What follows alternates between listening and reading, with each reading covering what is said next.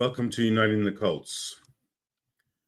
I wanted to talk about uh, the differences, the major differences between tribal philosophy and Western philosophy.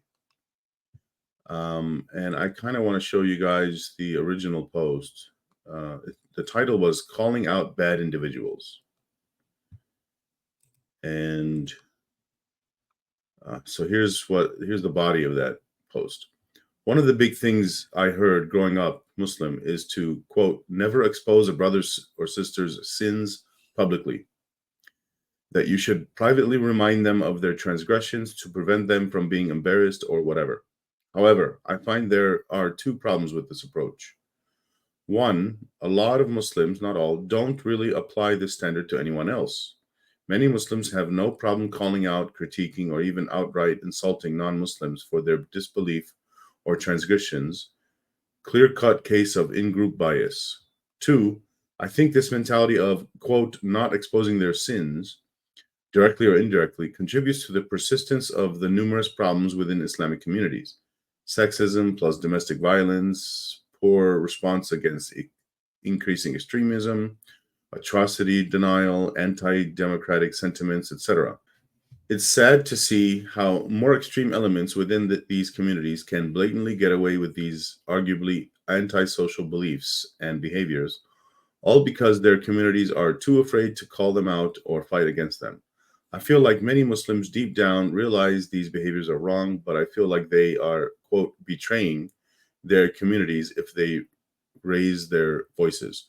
But it's not like they would listen to ex-Muslims, so it's kind of a tough place to be in. What do you guys, gals, think of this, and what may be some good ways to convince them to do more to combat these more extreme elements? So I reply, it's tribal philosophy. Hide mistakes because their main goal is maintaining social status, not truth or progress.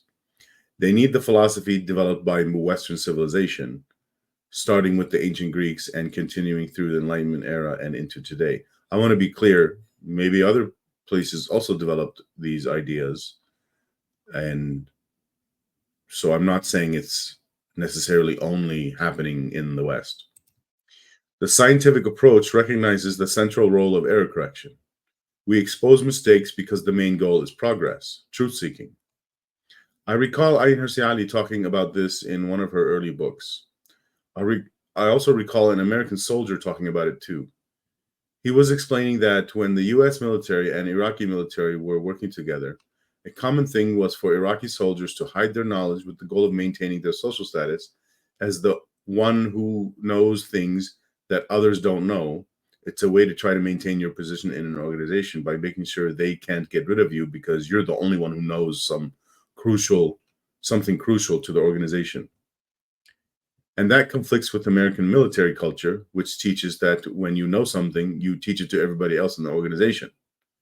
These people get promoted in the organization because they are recognized for being the teachers that they are. I also saw this happen in a business context. I was in a business dealing with India. The lower managers did the same thing. They tried to not teach others what they knew so that the organization couldn't fire them. To be clear, I'm not saying that no one in America does this tribal thing. Some do. And also some people outside of the West have the scientific mindset instead of the tribal one. And nobody replied. So let's see if anything happened in the original post. No, just me. So I guess that's it then, everyone.